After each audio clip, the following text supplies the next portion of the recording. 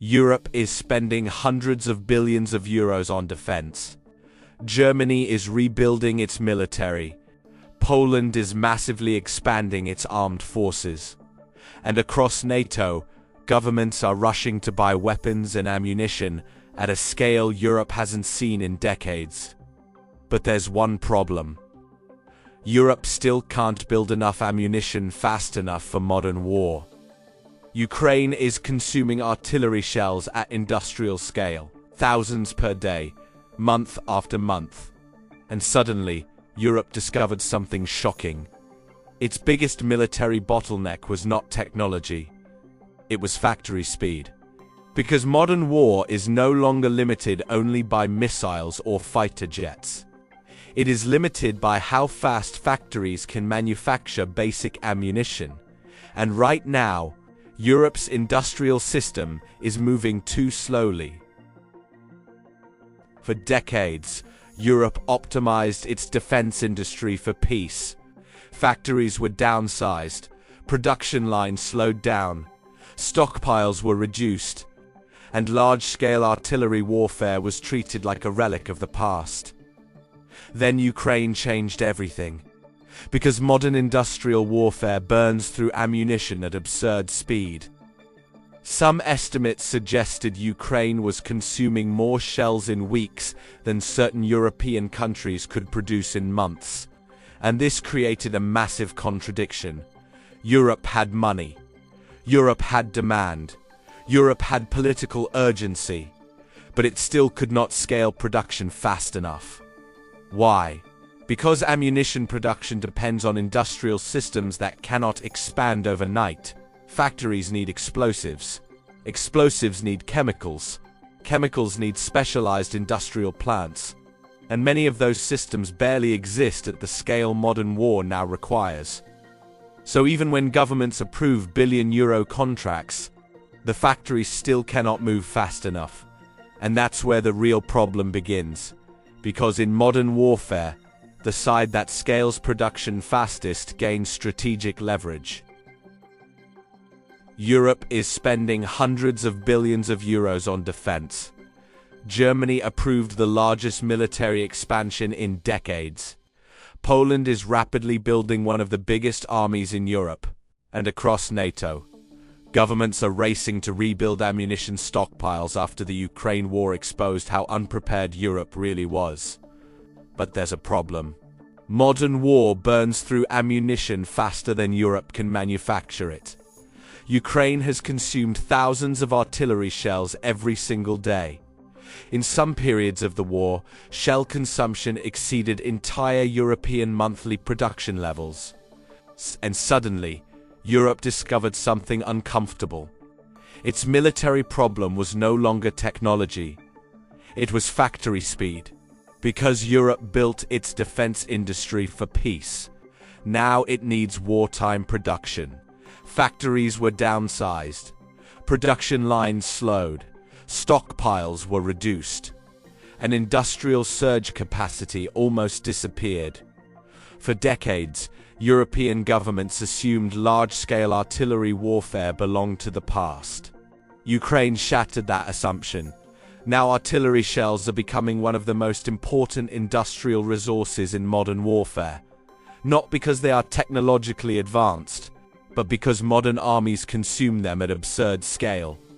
And Europe's industrial system is struggling to keep up. The problem is not demand. Demand already exploded. The problem is that Europe cannot scale production fast enough. And every month of delay increases strategic vulnerability. The bottleneck is not money. Europe has already committed massive defense budgets. The bottleneck is industrial time. A new ammunition plant can take years before reaching full output. Explosives production takes years to expand. Training specialized industrial workers takes years. But artillery shells are consumed immediately. And this is where the pressure becomes structural, because shells are not simple metal cylinders. They depend on entire industrial chains. Factories need explosives. Explosives need chemicals. Chemicals need specialized industrial plants. And many of those plants barely exist anymore. Nitrocellulose became a bottleneck. Propellants became bottlenecks. Energetics became bottlenecks. Even steel forging and industrial machining started creating delays. And every bottleneck creates another delay. Governments announce billion-euro contracts, but factories still cannot ramp output immediately. One production expansion can take 3 to 5 years before reaching meaningful scale. Meanwhile, ammunition keeps disappearing from stockpiles every single day, and Russia adapted faster. Its economy shifted toward wartime production earlier and at larger scale. Europe is now trying to rebuild industrial systems it spent decades shrinking. And that is why the thumbnail says, "Too slow," because the real bottleneck is not funding, it is industrial scaling speed itself. This changes the meaning of military power. For years, Europe focused on advanced weapon systems, fighter jets, precision missiles, high-end military technology. But Ukraine exposed something much more fundamental. Modern warfare also depends on industrial endurance, the side capable of continuously manufacturing shells, explosives, vehicles, replacement systems, and industrial components, gains long-term strategic leverage. And Europe is discovering how difficult industrial scaling really is. Because rebuilding defense manufacturing is not like scaling software. You cannot solve artillery shortages with cloud infrastructure or code updates. You need factories, machines, chemicals, industrial workers, supply chains, energy, permits, and above all, time. But wartime demand does not wait. Ukraine can consume thousands of shells in days. Some factories need months to produce equivalent quantities. That creates a dangerous asymmetry. Countries capable of scaling military production gain strategic power. Countries that cannot scale become dependent on external suppliers and emergency procurement. And this is the deeper lesson Europe is learning right now. Military power is no longer constrained only by weapons technology. It is constrained by manufacturing speed. Because in modern industrial warfare, the ability to produce at scale may matter more than the sophistication of the weapon itself. This is the part Europe underestimated.